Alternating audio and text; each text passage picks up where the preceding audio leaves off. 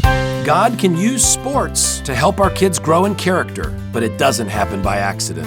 Join us for this important conversation today on Family Vision. Hi, my name is Amy Rienow. Welcome to Family Vision with my parents, Dr. Rob and Amy Rienow, strengthening families through practical, encouraging, and real conversations. Rob and Amy Rienow here with Visionary Family Ministries. We look forward to spending this time with you on Family Vision, and we're continuing a fun conversation about family, faith, and baseball. This is part 2. If you missed last week, go back and listen and get caught up. We're talking about baseball and how that has been a big part of our kids' lives and our family, and this whole question of sports and building character. We've all heard the line that sports build character, and we want to start off just by saying that is not true. If that was true, as I once heard Vodi Bakum say, he says, if sports build character, then the people with the best character in the whole world would be in the NBA and NFL. All they do is play sports. So sports don't build character, but sports do reveal character, and if we're intentional as parents, we can use sports to help our kids grow in faith and godliness and making a difference for Christ. I think it's important when people use that phrase, sports build character. One part of that is very true is that so often sports ministries will go into communities that are broken, in an inner city community, or you've done missions trips with the DR, and sports becomes a way to keep kids off the street. It keeps kids, invested in something that is very positive, where they might be just left, floundering, getting into trouble. And we've seen that over and over. And that's just one of the valuable things about the use of sports in a really positive ministry-oriented way, is it really does help give kids a focus. And that yet we also have to balance that with what you see in sometimes our current culture, which is sort of an obsession on sports, where you see families getting their kids into sports earlier and earlier. I remember this was a few years back. And, we have a family that spans over, my oldest, there's a 16-year span between my oldest and youngest. And I can speak to myself how things have changed in this area of sports, where it used to be very common for all the kids just to sign up for the Park District baseball team. They would sign up with their friends.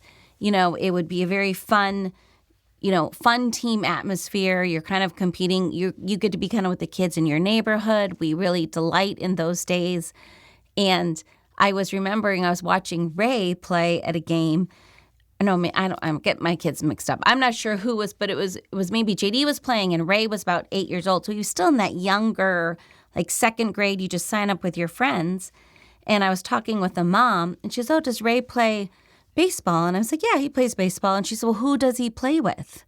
And I was so taken back by the question, because when you get the question, who does he play with, that means that their 8-year-old child is in already some sort of sports program, like I'm playing with the Hornets, or I'm playing with some sort of travel team at 8 years old. And I was totally stunned, because when RW was playing, that was at the cusp of travel starting in 4th grade, which still seemed incredibly young. And now it's going to earlier and earlier ages. And it just reminds me of a lesson that I was taught by Carol Joy Seid that's always stuck with me. And one of probably the most important parenting lessons for me was that when your kids are under the age of 12, it is too early to say what they are gifted in or what they're really good in.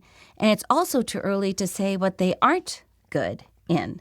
And you're seeing that so often. I think the sports world brings this out, where you might have an 8-year-old who seems phenomenal at baseball at 8 years old, but it's when you start using those words like they're gifted, you are actually putting a pressure on them that's really not helpful for them in the long run. It's that emphasis on achievement over diligence. It's emphasis on you're gifted.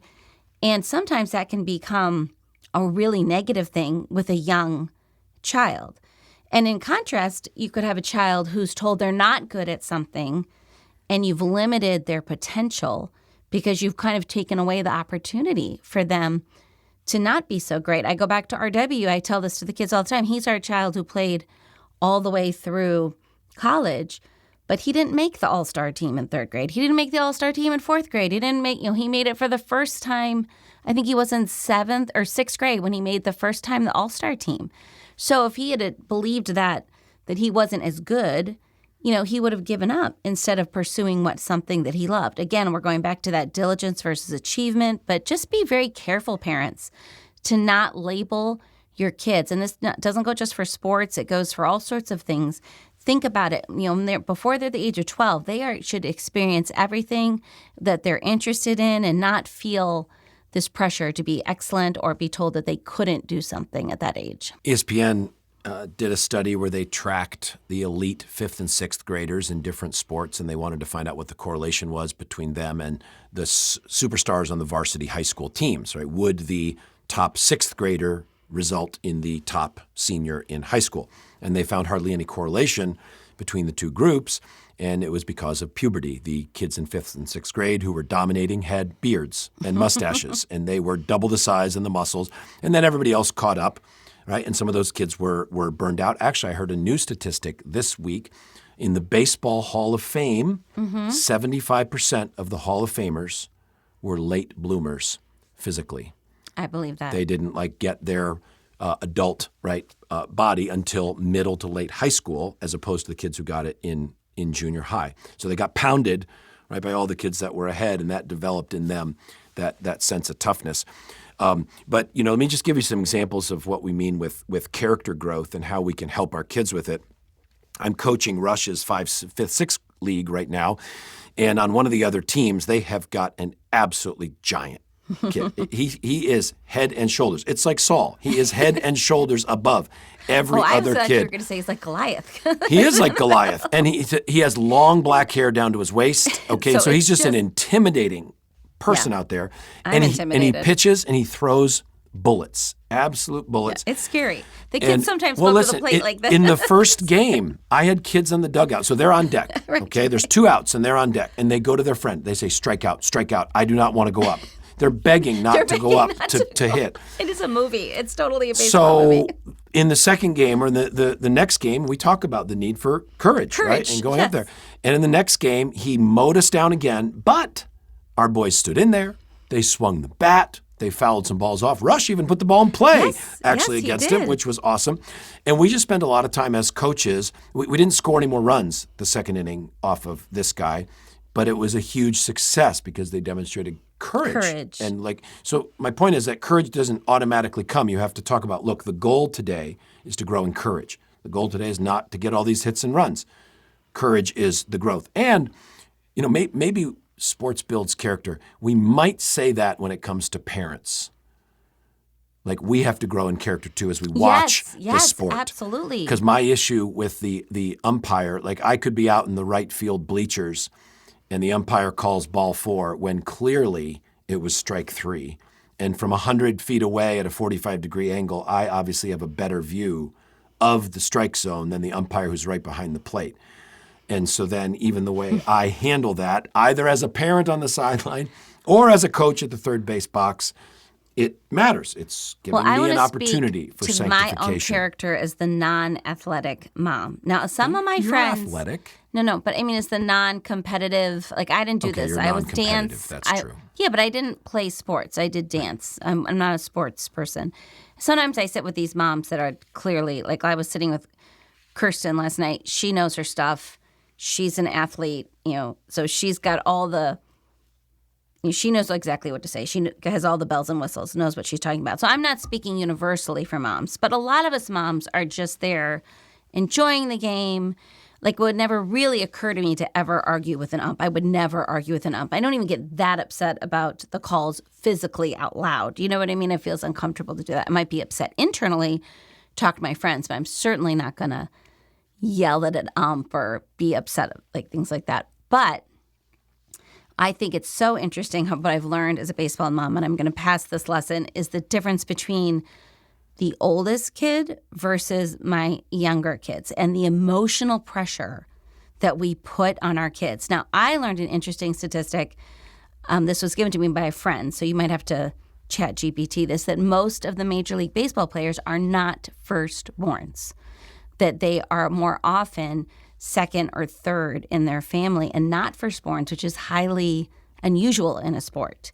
And we've talked about this as moms, why that is the case. And part of my feeling as a mom, what I learned is the emotional pressure that I put on RW because I was so into it. Like, I wanted him to be successful. I wanted him, I was watching every at bat. I was, but not only me, it would be grandma and grandpa and the younger kids. And it just felt like every time they did something, there's this emotional halo around them and everyone's emotions are rising on their performance. Not good. In general, firstborns do carry this. And I think it's a good point for moms to lighten up with, even if you're not necessarily think that you're not communicating it, if you're feeling it, you're most likely communicating it. If you're feeling that sense of bringing all that emotion into their performance. Now, in contrast with Ray, my third, by the time I got down to number 3, so much is happening in life. Don't forget Millie's 3rd grade softball season. Right. Well, I'm slightly forgetting that right now. But Ray, by the time I got to Ray, who's third boy, it was hysterical because it was so much different. It was like, oh, is Ray up to bat? I'm talking with my friends on the sideline. It's a totally different mindset. I'm like, I now think, okay, this is 4th grade baseball. Well, you finally relaxed. This It's means 4th grade nothing. baseball. This means nothing in the grand scheme of things. You get a completely different perspective. You're totally relaxed. And then you're communicating that relaxation to your child. They're feeling that, and they're not so upset. They're not thinking that their performance is that critical. And it's kind of like, I think I'm going to make it to your game. You're just not as hyper tuned in. So let me just tell you, all the people out there listening with your firstborn going through everything, keep that in mind, lighten it up, relax. That's going to help your kids on whatever sport they're playing if you bring that relaxed attitude to the game. Yep. And here are some practical things that could help you live that out. I think what you're saying, honey, is so important. Some practical things for how to talk to your kid before a game. And this can be any sport, can be even a performance, music. So these are just broader principles. But how to talk to them before a game and how to talk to them after a game. So before a game, tell them what you're looking for. And you can be very direct. Hey, I really want to encourage you to focus on encouraging your teammates. Be the best cheerer that you can. Listen to your coaches. And then when it comes to their play, hey, play with courage, play hard, play fearless. It's not throw strikes today. That's something, I don't mean to tangent here. I will be coaching a team, and my pitcher is out there struggling to throw strikes. And a parent will yell to their child, "Just throw strikes, Mikey." And little Mikey, I imagine what's going through her head. Wow, really, thank you. Never heard that before, that I'm supposed to throw strikes. This changes everything. Okay, don't tell your kid just throw strikes. They're trying to just throw strikes. But telling them play with courage, play hard, play fearless. Those are the big wins. And then in the car ride after the game, win or lose, whether your kid did great, whether they didn't, doesn't matter. I think one of the best phrases is, I loved watching you play. I loved watching you play. And then ask them those questions. Hey, how'd you do at encouraging your teammates today? I try to avoid processing negative aspects of the game unless my child really wants to. They might say, I can't believe I dropped that ball, or I wish I didn't strike out. Like if they bring something up that they want to talk about, feel free to do so. But I don't think it's a really good idea. Most kids, especially if it was a hard game or a loss, they probably don't want to marinate in all the little things that happened that created that loss. If you have a child that's very invested in learning and processing the sports side of it, you can do that later if necessary. I also think as a parent, something that I've learned over the years with all the sports is how to help your kids emotionally disconnect from the winning and the losing, meaning that you need, in order to be successful in sports, you have to be competitive. You have to want to win. I totally understand that. But then there's also this really important thing about this emotionally being able to handle winning and emotionally being able to handle losing. And I just find that I have this conversation with so many moms that losing seasons, in my opinion, often build more character if handled correctly and do a better job of cultivating your players sometimes than winning seasons. And what I keep going back to RW, but he consistently was on losing teams. Most of his play through all the way till he got to high school, he learned how to be in a losing team. And he learned how to live with that. How that's a harder lesson. It's always easier to be on a winning team. And what I saw is that it gave him, first of all, the confidence of a deep love of the game and the deep love that he wanted to play, because his love of the game was not connected to winning. He loved the game even though he was on losing season. So I think that helped him so much in the long run. So just give your kids those lessons. It's hard to be on, we had a team in our league that never won a game. That's a very challenging season. It's something very challenging for your kids to handle, but don't take that as you can again, as a parent, miss the opportunity of an incredible teaching lesson. It is really okay. You can have a great season, learn a lot of things, make a lot of friends, grow in your skills, and still be on a losing season. And you will often grow. If your kid can successfully handle that, they are going to love it even more when they get a team eventually that starts winning. I love it.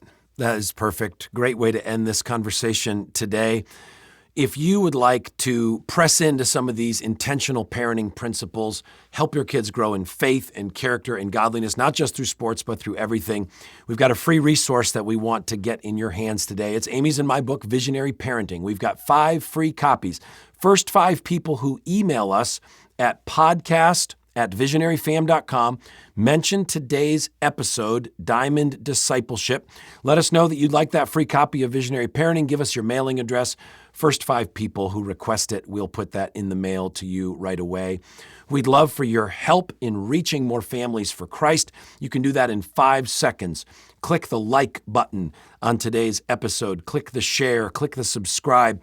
All those things help more families find family vision and this encouragement for their family to follow Jesus. And as always, we want to be able to pray for you. If you've got some prayer requests for your family, email those to us at podcast@visionaryfam.com. Our prayer team lead, Peter Rothermel, will get those prayer requests to us, to our prayer team, and then he'll follow up with you personally if you'd like Peter to reach out to you and pray with you.